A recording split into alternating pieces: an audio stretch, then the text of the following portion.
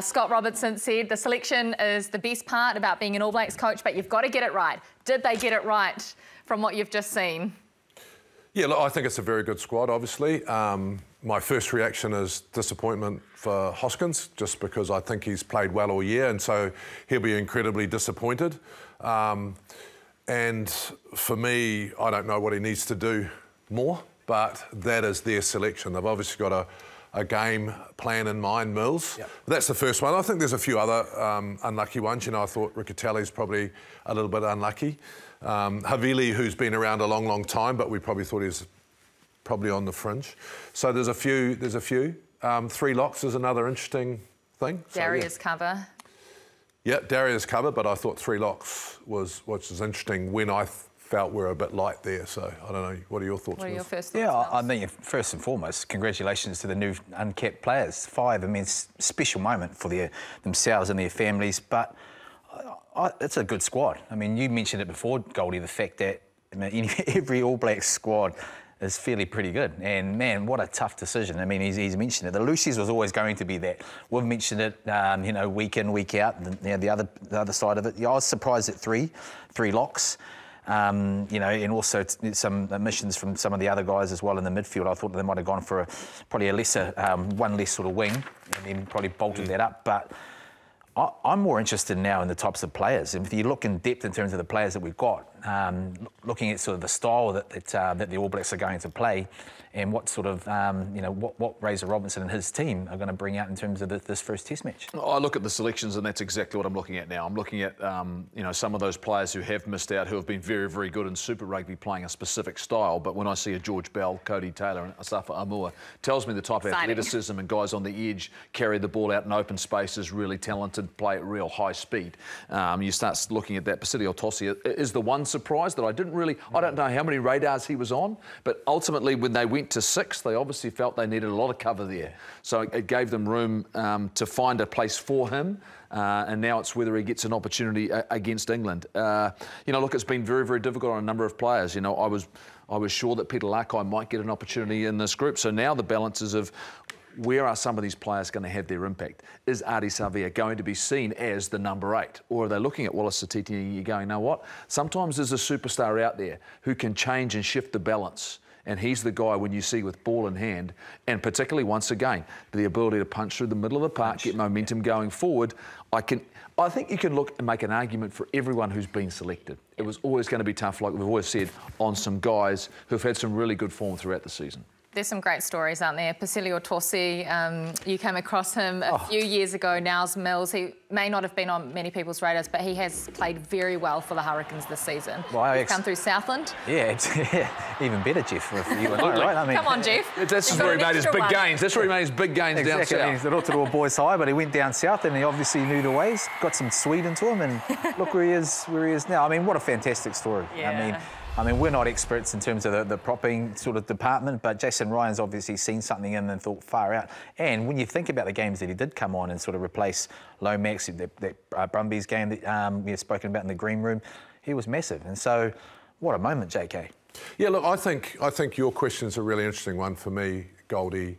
How are we going to play? And I think you've got to look at the selection and go, what is the All Blacks X factor? I mean, Tamaiti Williams pulled his hamstring doing a 40-minute sprint.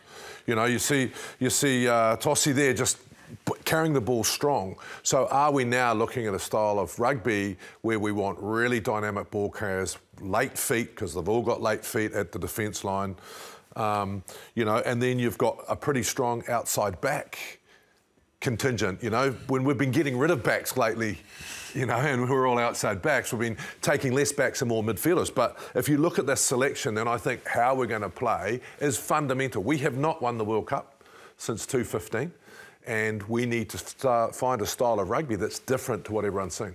By the looks of this list, Jeff, there's only 1 out-and-out fullback named in the outside backs and 4 wingers. Is that how you see this? This has taken far too long to get to the most important positions on the field, let's be honest. And I say that in jest, but ultimately when you think about the backfield and you think about what's going to be coming their way when you play the likes of England, when you play the likes of South Africa, there's going to be plenty of stuff coming up high, and it's going to be a lot of kicking, all right? So ultimately I look at this group and you go, yep, you know Beauden Barrett, he played at fullback for the All Blacks last year, did a really, really good job, but he's been named as a first 5, but I'm expecting him to be the fullback.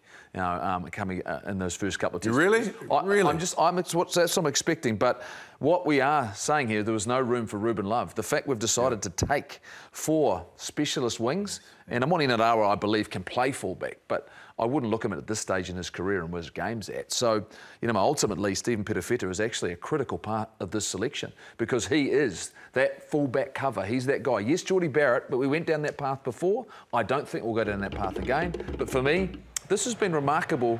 This is how much confidence they must have in him because he hasn't played a lot this year, Mills. He spent quite a bit of time on the sideline. We saw last year really good for Taranaki. He's come back. I think he's owned the 15 jersey in the last month for the Blues. And I think they see something special here. And, you know, I like this, but you've got to feel for Ruben Love because early on in the season, the young man was on fire, playing some outstanding rugby and maybe not getting one more opportunity to shine in a final of Super Rugby. Maybe that hurt him. Yeah, could have possibly hurt, but I think also the relationship Leon McDonald's had with Perofeta. I mean, you got to remember when Leon was there, he had Perofeta last year at fullback, Bowden, you know, at 10. So perhaps that comfort of knowing that what he can produce. And the last few games and big moments, I mean, his positional play is sound, his kicking is pretty good, and he's very good in the air. I think that would be. I would have thought that perhaps they might have gone with one less winger and filled someone in with a Ruben Love or a Stevenson. But who's your starting back 3? If you look at that list there, Mills. Well, I think Narawa probably warrants that. I think the way he's sort of you know, played, particularly these last couple of weeks, aerial skills. This is the thing that will strip back. Is his aerial skills good? Is he deceptive? Because we know our wingers can finish, right? Okay, what else can they actually bring when you're playing against an England side that will kick a lot? Very good in the air, can create stuff off his feet. They all can do that. But I think in terms of the completeness, he probably brings a bit more of this. And then you kind of look at Sevu Reece, who's been on a back end of a struggling team, Jeff. And the fact that he's played so well and scored so many tries, when you're not getting front football in a team that's sort of down in confidence, I look at players like that because they have to do things a whole lot harder than the others have to. Yeah, I disagree. I think that we're one short, so I don't think you can name Bowden Barrett and Damien McKenzie and then start them at fullback. Because if we're looking for specialists, so I think we're missing one fullback. And I think against England, there's going to be a massive aerial game. So I think Caleb comes into it, even for his kickoff ability, but also his high ball stuff. And I think that having just Stephen there at fullback is really interesting for me. So I'm trying to think about the bench now, okay? So let's say we go with Goldie's idea and we start Barrett at fullback, McKenzie at 10. You put Perofeta on the bench because he can cover both. So you're pretty well covered there. But for me, I think against Northern Hemisphere and South Africa, a specialist fullback, Mills, when you've played there, is fundamental, and we need to make sure we're nailing that high ball. So when I look at this, I'm trying to think back to what Goldie said about how we're going to play. It excites me. I'm really pleased because we've been cutting wingers out. It's always been, we'll take 3 and Geordie can cover there. So having so many, specialist wings there and just one specialist fullback. Yeah. I sort of look at the selection a bit. I think when you start looking at the team and the guys that are probably going to play, I mean, and this is the thing, I got a number of these players wrong out of this squad. I think some guys have missed out I thought might have got on the back of their form. But once again, clearly they've got a skill set they're looking for. And that comes back to, and you mentioned it, the style that we play with our props and what we ask our props to do. And if you look across the world and the top teams across the world, and Ireland and South Africa are clearly in that conversation, their mobility, their versatility, their set piece is still immaculate, but their ability to be ball players, you get the sense now that that's what this All Black group are looking for. That's their expectation. And when you pick 6, you're giving 6 guys an opportunity to step up and say, you know what, this is what we need to see out of you going forward. So other teams have set a standard. Let's see what they can bring. We've lost a couple of World Cups. We've learnt them, right? And when you look at the South African front row, now we've got these young men coming through, Tamaiti, for example, who are huge men, but also athletes. So I'm really excited about some of this new guys that are coming forward because they're going to be big enough to compete against the bigger scrums, but also got the steps and the runs and exciting, Mills. And we should note that there are actually 4 players coming into the All Blacks environment as training partners, and those players are Ruben Love, Sam Darry, David Havili and George Bauer are going to be a part of this group in a part-time capacity. Yeah, look, I think there was a hidden message from Razor about both sides of the ball. So, yeah. You need to listen to those messages and go, why did I miss out? You'll be incredibly disappointed, and you need to turn that disappointment into motivation to say, OK, I'm now going to show you, and when you get that opportunity to do it.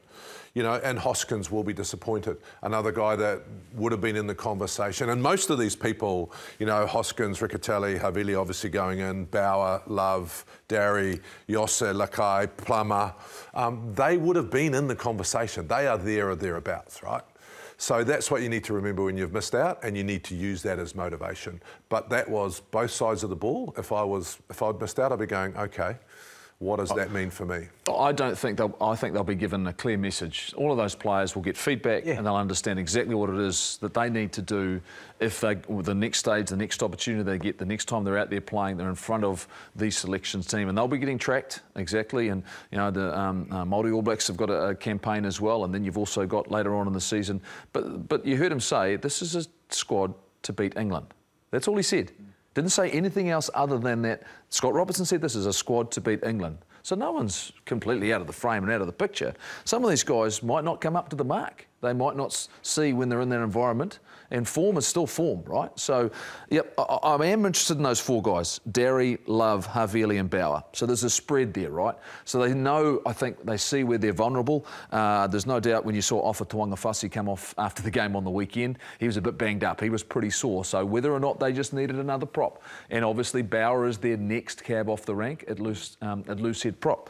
So I look at that.